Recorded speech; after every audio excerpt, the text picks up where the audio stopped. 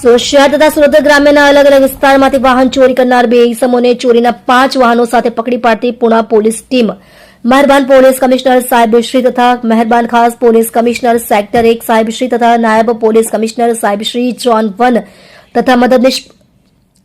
Police commissioner સાહેબશ્રી B division નાઓએ સુરત શહેરમાં બનતા વાહન ચોરીના બનાવ અટકાવવા તથા શોધી કાઢી કાયદેસરની કાર્યવાહી કરવા આપેલ સૂચના અને માર્ગદર્શન હેઠળ આજરોજ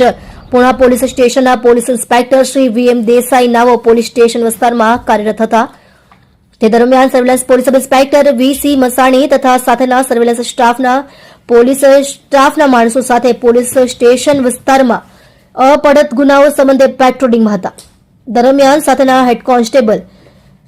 હરિસિંહ નાઓની બાતમી હકીકતના આધારે સુરત શહેર તથા સુરત ગ્રામ્ય વિસ્તારમાંથી વાહન ચોરી કરનાર ઈસમો સલામુદ્દીન ઉર્ફે સલમાન સિરાજુદ્દીન સલીમભાઈ શેખ ઉંમર વર્ષ 19 ધંધો મજૂરી રહે ઘર નંબર 2/5001 હલીમ શાહ બાવા ટેકરા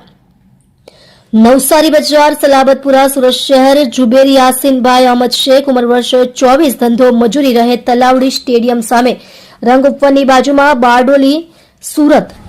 તેને કુલ્લે 5 મોટરસાયકલો મોપેડ જેની આશરે કુલ્લે કિંમત ₹2,85,000ની મત્તાના મુદ્દામાલ સાથે પકડી પાડી કાયદેસરની કાર્યવાહી કરવામાં આવેલ છે.